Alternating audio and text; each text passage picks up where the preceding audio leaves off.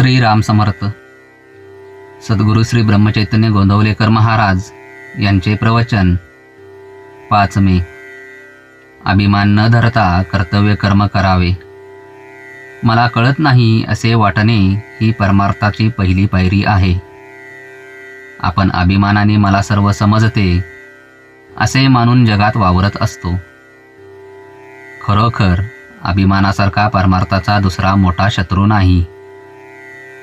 अभिमान हा हरळीसारखा नाश करणारा आहे असे म्हणणे सुद्धा थोडे अपुरेच पडेल.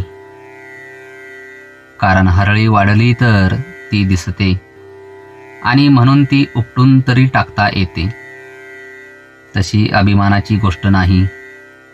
तो दिसत नाही आणि म्हणून तो केव्हा आणि कसा डोके वर काढील याचा पत्ताच लागणार नाही.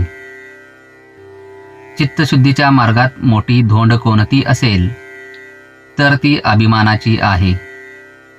आणि स्वतःच्या कर्तबगारीने आपण त्याच्या तावडीतून सुटू असे म्हणणेही वेडेपणाचे होईल.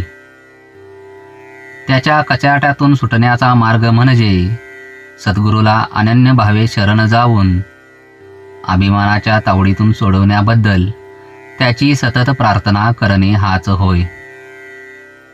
चित्तशुद्धी झाली की शेताची मशागत पुरी झाली असे म्हणायला हरकत नाही. पुढे प्रश्न बी उत्तम असणे जरूर आहे. उत्तम बी कोणते हे कदाचित आपल्याला समजणार नाही, परंतु फळ चांगले कोणते हे सहज समजते. आता असे समजा जी फळे गोड लागली त्यांचीच लागवड केली, तरी पण पुढे असे अनुभवाला येते की काही काळ लोटल्यानंतर कालमर्यादेप्रमाणे ते झाड मरते आणि अर्थात फळे मिळायची बंद होतात आणि त्यामुळे मन कष्टी होते. यावरून असे दिसते की आता गोड लागलेली फळे ही कालांतराने दुःखालाच कारणीभूत होतात. तर मग बी निवडताना असे पाहणे जरूर आहे की ज्याची झाडे कायम टिकणारी आहेत आणि फळे अक्षय सुखाचा लाभ देणारी आहेत. जगात उत्पन्न झालेली अशी कोणती वस्तू आहे की जी अक्षय टिकेल?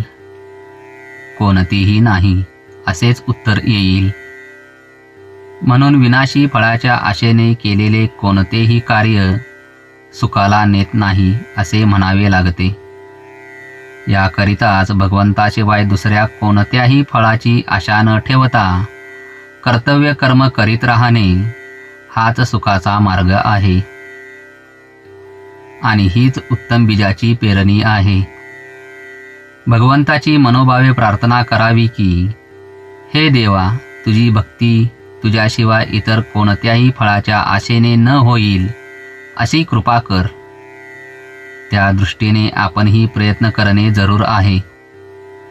ज्याप्रमाणे किडके आणि चांगले एकत्र झालेले धान्य आपण सुपात घालून पाखडतो आणि किडके धान्य बाहेर उडवून लावून मागे उत्तम धान्य शिल्लक ठेवतो, त्याप्रमाणे भगवंताची भक्ती करता करता भगवत प्राप्तीशिवाय इतर होणाऱ्या इच्छा काढून टाकण्याचा क्रम ठेवावा.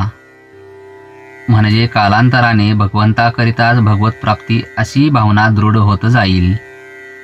जय जय रघुवीर समर्थ. आजचे बोधवाक्य. खरे सुख हे कायम टिकणारे पाहिजे. श्रीराम समर्थ.